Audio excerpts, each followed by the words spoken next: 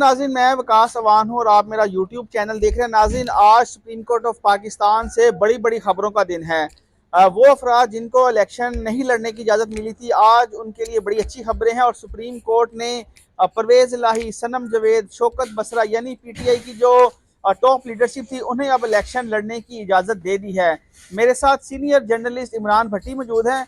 भट्टी साहब, ये क्या हो रहा है? अचानक से अब सारी चीज़ें PTI के फेवर में होना शुरू हो गई हैं। देखिए, पहली बात तो ये कि जब ये इलेक्शन में नामजदगियाँ हुई, पेपर जमा करवाए गए, उस वक्त आरओज़ की तरफ से जो ऑब्जेक्शन लगाए गए वो बड़े मज़ीक़ा खेज़ ऑब्जेक्शन थे।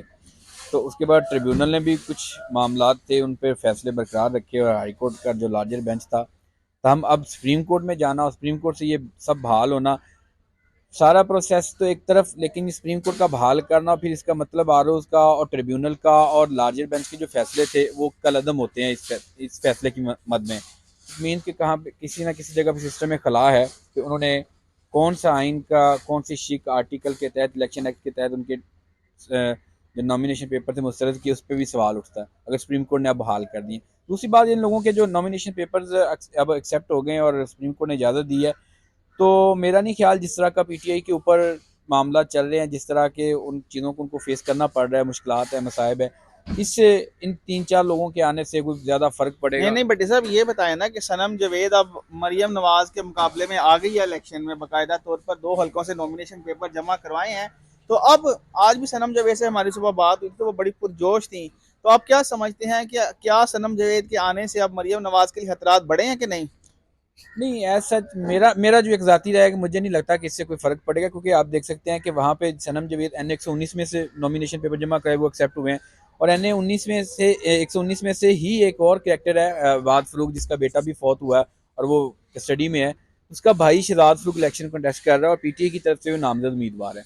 तो जो एक हमदर्दियों की बिना पे वोट है कि खवातीन है और अंदर हैं, इनको जेल में रखा हुआ है, सनम जवेद एटलीस्ट उसी तनासुब में ये सपोर्ट मिल रही है सोशल मीडिया के ऊपर भी, तो ज़्यादा फ़र्क नहीं है PTI के पास अगर सनम जवेद आ आपके गए। नज़दीक कौन ज्यादा जो है वो टिकट का उम्मीदवार अच्छा है, सनम जवेद या शहजाद फरूक? देखें, एक पॉलिटिकल घराना इबाद फ़रूक है, उसकी स्ट्रगल है, उसने भी अच्छी अपना पार्टी के लिए अपनी कुर्बानी है, उसकी भी, उसका बेटा फौत हुआ है और कस्टडी में, फिर उसकी जिस तरह उनके घर पे रेड हुई। दूसरी तरफ सनम जवेद है, उसका हस्बैंड है, वो भी कस्टडी में है, दोनों अंदर हैं। तो ये तो अब पार्टी का डिसीजन होगा उनके नज़दीक कौन सा उनके नज़दीक ज़्यादा कुर्बानियाँ मरियम देने को वाला। ज्यादा टफ टाइम कौन दे सकता है असल में? देखें, अगर कैंपेन करनी है और इलेक्शन लड़ना है, जाहिर सी बात है उम्मीदवार का बाहर होना ज़रूरी है। जिस तरह का खासतौर पे PTI का माहौल है, PTI के खिलाफ क्रैकडाउन जारी है और कार्रवाइयाँ हो रही हैं, तो सनम जवेद ठीक है, करेक्टर है, लेकिन ये मेरे ख्याल में सिर्फ सोशल मीडिया की हद तक ठीक है। लेकिन अमली सियासत और ग्राउंड पे चीज़ें मैटर करती हैं। शहजाद फरूक एटलीस्ट बाहर है और कैंपेन कर रहा है अपनी, और लोगों के पास जा रहा है, PTI की तरफ से भी उसको सपोर्ट हासिल है। फिर उसका अपना भाई इबाद फरूक, क्योंकि उसकी अपनी इंतखाबी सरगर्मियाँ, जब 14 जुलाई का इलेक्शन आ रहा था, पंजाब असम्बली की अनाउंस हुआ था, तो उस वक्त भी उन्होंने काफ़ी कैंपेन वगैरह की थी। इबाद फरूक एक मेल होने की वजह से भी। NA 120 का हल्का भी तो है ना, वहां हाँ, से एन भी लड़ सकती है। एन 120 में भी है और PP 150 से भी है। तो मेरे ख्याल में जो मुझे लग रहा है कि PTI जो है वो PP 150 से इसको नॉमिनेट करेगी, सनम जवेद को NA की सीट पे नहीं करेंगी, तो जो वो मुझे लग निकाल रहा है। देगी सनम जवेद से। देखिए, कुछ भी हो सकता है, जिस तरह की सिचुएशन कहा नहीं जा सकता, क्योंकि ग्राउंड रियलिटी कुछ और है, सोशल मीडिया की दुनिया कुछ और है।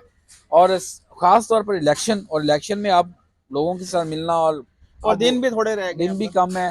तो मेरे ख्याल में मेरा जो एक ज़ाती राय है कि PTI को अब जो उम्मीदवार इन्होंने मैदान में उतारे हुए हैं ना, उन्हीं पे इत्तेफाक करना चाहिए। नहीं, चौधरी परवेज लाई को ना दे। नहीं, चौधरी प्रेजला ये गुजरात की सियासत अलग है, मैं ये हाँ। बात कर रहा हूँ लाहौर में सनम जवेद के आने। अच्छा, ये कितनी बड़ी खबर है चौधरी परवेज वाली आपके नजदीक? और क्या आपका फ्यूचर में क्या सिनेरियो देख रहे हैं इसका? देखें, ये चौधरी प्रेजलाई के नॉमिनेशन पेपर सिर्फ एक सीट पे वो होते हैं और दूसरी से वो दोनों से खुद दस्तबरदार हो जाते हैं।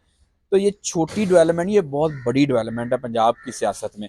चौधरी प्रेजलाई का जीतना और जीत के पंजाब असम्बली में आना और रुकन बनना उनका, और ये पेश ख्यामा है आने वाले ओपोजिशन दिन। लीडर या वजीर आला? आ- अब ये तो जो सोच के बैठे हुए खुद को वजीर आला, उनके लिए ज़्यादा परेशानी का सबब मेरे ख्याल में अपोजिशन लीडर बेहतर रहेगा, अच्छा। क्योंकि CM कि गेम के लिए बंदे पूरे होने चाहिए। बंदे पूरे होने के लिए इनके पास जो आज़ाद उम्मीदवार डिक्लेयर किया गया वो प्लान के तहत है कि जितने पीटी के लोग थे उनको एक प्लान के तहत आज़ाद उम्मीदवार डिक्लेयर किया गया और ताक लगा के बैठे हुए हैं। जिस तरह बिल्ला है वो दूध के प्याले के ऊपर ताक लगा के बैठता है और उसको झपटने के लिए। आप समझते हैं कि तो ये लेवल प्लेइंग फील्ड की जा रही है कि चलो थोड़ा सा जरा पीटीआई के कैंडिडेट्स को दे दिया जाए थोड़ा सा रिलीफ?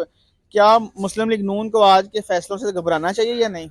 लेवल प्लेइंग फील्ड का तो तस्वुर ही नहीं पैदा होता ना कि पीटीआई को लेवल प्लेइंग फील्ड मिल रही है या मिलेगी, ऐसा तो कंसेप्ट ही नहीं है।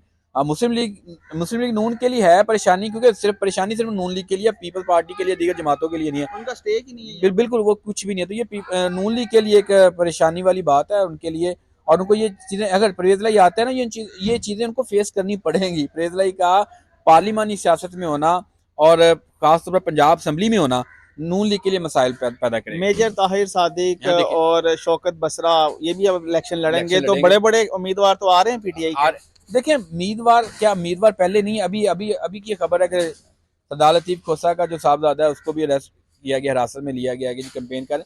इनके लोगों को कैंपेन नहीं करने दी जा रही, इलेक्शन लड़ रहे हैं, क्या करेंगे इलेक्शन लड़के? इनके लोगों को तो जो कारकुन है जो कॉर्नर मीटिंग नहीं होने देती, घरों से उठाया जा रहा है, पर्चे नहीं लगा सकते आप। पोलिंग एजेंट होंगे इनके? मेरा नहीं ख्याल पोलिंग एजेंट खड़ा होने का। अगर पोलिंग एजेंट खड़ा भी होगा, जब काउंटिंग होगी उस वक्त इनको ठुड्डे मार के बाहर निकाल दिया जाएगा, तो निकल जाए बाहर, कोई पोलिंग चलनी। इलेक्शन का क्या करना? इलेक्शन का क्या करना है? इलेक्शन आपके सामने, रिजल्ट पहले ही है। वो आपने देखा नहीं पिछले दिनों में एक वो चल रहा था थिंक फेस्ट है मेरा ख्याल अलहमरा में, जिसमें वो एक खातून ने सवाल किया है कि ये सब कुछ अगर आप लोगों ने पहले से डिसाइड किया हुआ है तो फिर इलेक्शन कराने का क्या फायदा? अनाउंस करें। एक ये जो कार्रवाइयाँ हो रही हैं बजाय इनसे, तो ऐसे लग रहा है कि इलेक्शन एक वो कार्रवाई है, सिर्फ डाली जा रही है कि चलिए इलेक्शन जी, हुआ। बहुत शुक्रिया। अभी के लिए तो बड़ी खबर ये है कि सनम जवेद अब मरियम नवाज के मुकाबले में इलेक्शन लड़ने के लिए अहल हो चुकी हैं। परवेज इलाही भी पंजाब से इलेक्शन लड़ेंगे, शौकत बसरा भी लड़ेंगे, मेजर ताहिर सादिक भी लड़ेंगे। तो सुप्रीम कोर्ट से आज का दिन जो है वो पीटीआई के लिए रिलीफ का दिन साबित हुआ है। आने वाली मजीद वीडियोस हम आपको इलेक्शन के हवाले से मजीद भी अपडेट करेंगे। हमें इजाज़त दीजिए। अल्लाह हाफ़िज़।